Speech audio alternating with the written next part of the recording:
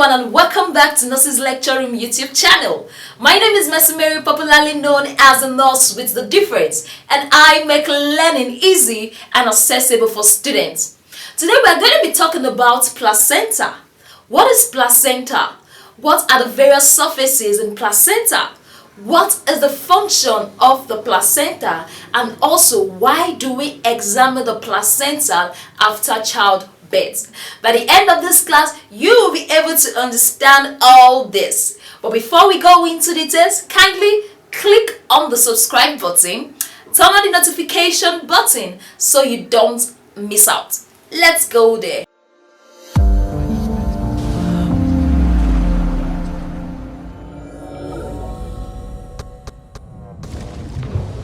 Right, welcome back. Like I earlier said, today we're going to be talking about the placenta.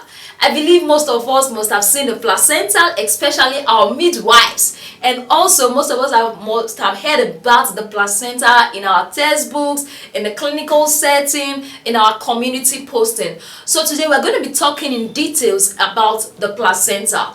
First and foremost, what is the placenta? The placenta is a fetal-maternal organ.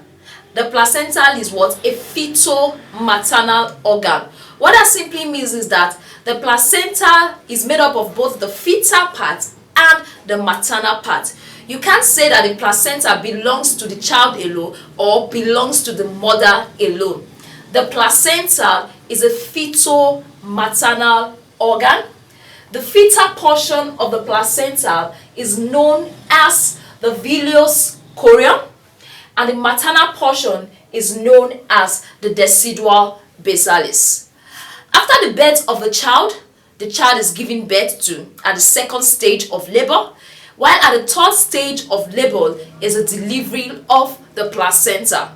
The placenta has two surfaces. It has the maternal surface and the fetal surface. First of all, let's talk about the maternal surface. The maternal surface, as the name implies, is the one close to the mother. Now, this maternal surface is dark red because of the maternal blood. It is what? It is dark red. Then the maternal surface shape is irregular. It's not regular. The shape is not regular for those that have seen the placenta. Then that maternal surface has 16 to 20 lobes. These lobes can also be called cotyledons. The maternal surface has what? 16 to 20 lobes. The space between the lobes are known as sulci or furrow. For example, these are two lobes. Let's assume this is a lobe. The space between these two lobes in the maternal surface is known as sulci or furrows. The surface is covered by a thin layer of a trophoblastic cell, and we all know that the trophoblastic cell is what embeddles, or it what forms the embedment into the uterus. The trophoblastic cell is the more or less like the outer layer when the placenta is being formed, and also when the fertilized embryo is about to be implanted in the uterine wall. Take note, the fetal surface is dark red. The shape is irregular. It has 16 to 20 lobes or cotyledons. The space between those lobes are known as sulci or furrows. Then the surface is covered by a thin layer of trophoblastic cells. Then that takes us to the fetal surface. The fetal surface is part of the amniotic cavity.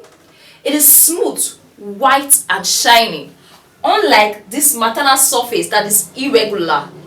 This surface is what? It's smooth, it is white and what? Shiny. It is covered by amnion.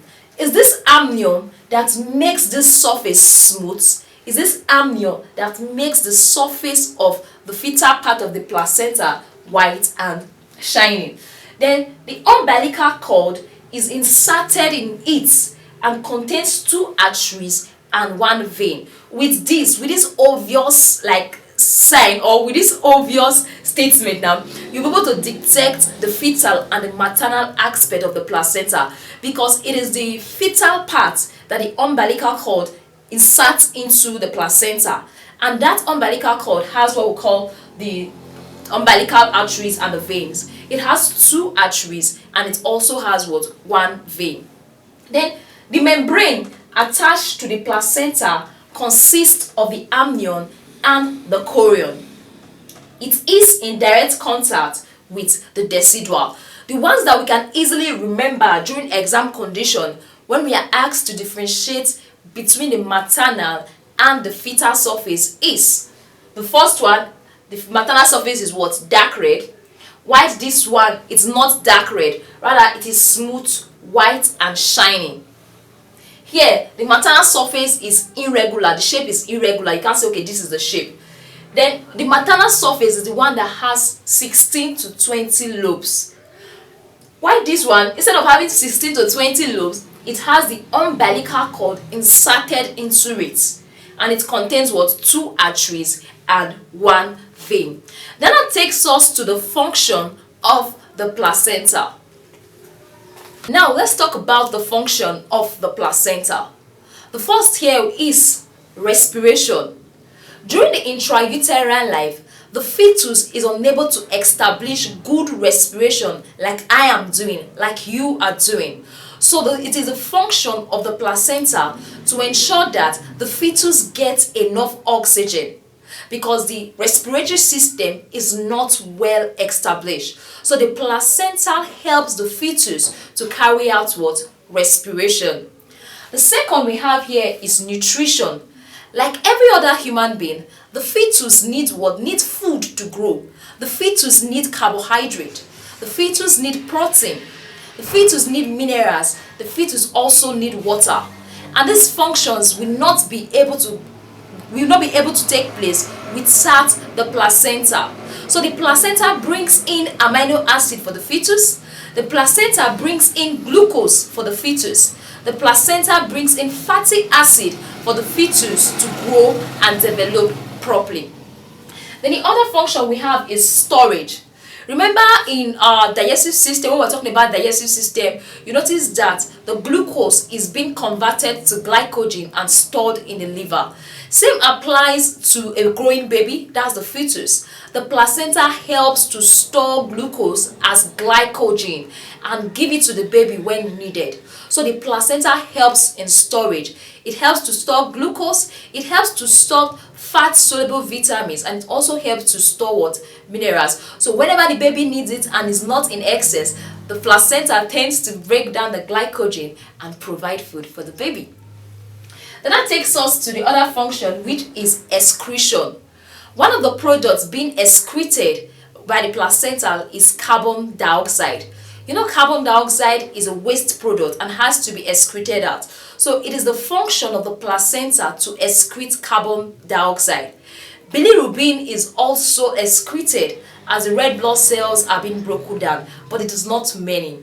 The major thing that is being excreted by the placenta is carbon dioxide and small of what? Bilirubin. Then the other function is endocrine function. Endocrine function of the placenta. One of the endocrine function of the placenta is the production of human chorionic gonadotropin. During a pregnancy test using urine, you see they put the pregnancy strip into the urine. That strip actually detects the presence of human chorionic gonadotropin. Human chorionic gonadotropin. So it is the placenta that helps in that production of the human chorionic gonadotropin. And also estrogen and progesterone. As the fetus grow in the human womb, the corpus luteum function decreases. So the placenta takes over the function of the production of estrogen. Progesterone is also produced by the placenta, and also what we call relaxin is also produced by the placenta. Then the other is protection. The placenta serves as a barrier between the mother and the baby. Not all substances can go through the placenta into the baby. So the placenta is serving as a barrier. It is protecting the baby from harmful substances. That is all about the functions of the placenta. Remember, the functions of the placenta are respiration, nutrition, storage, excretion, endocrine function, and the function of protecting the fetus. Then after delivery, there's this saying, please examine the placenta in a running water. You examine what? The placenta in a running water. But why do we have to examine the placenta? The first here is to ensure completeness of the placenta. To ensure what? Completeness of the placenta. To ensure that all the products are being delivered into the extrauterine life. Then the other is to note to note variations in anatomical structure.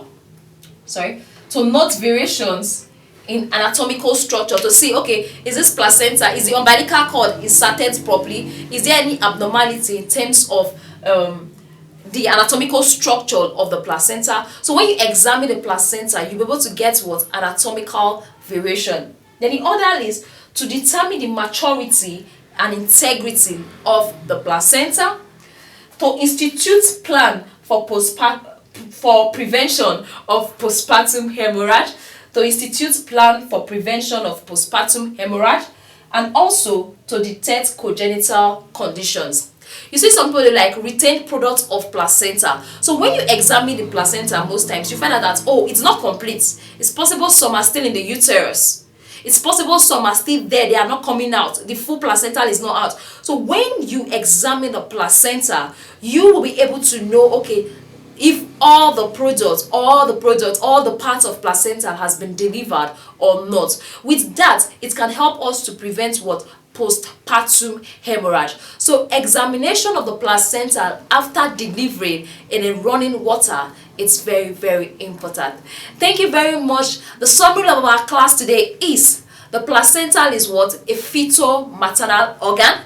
The placenta has two surfaces. It has the fetal surface and the maternal surface.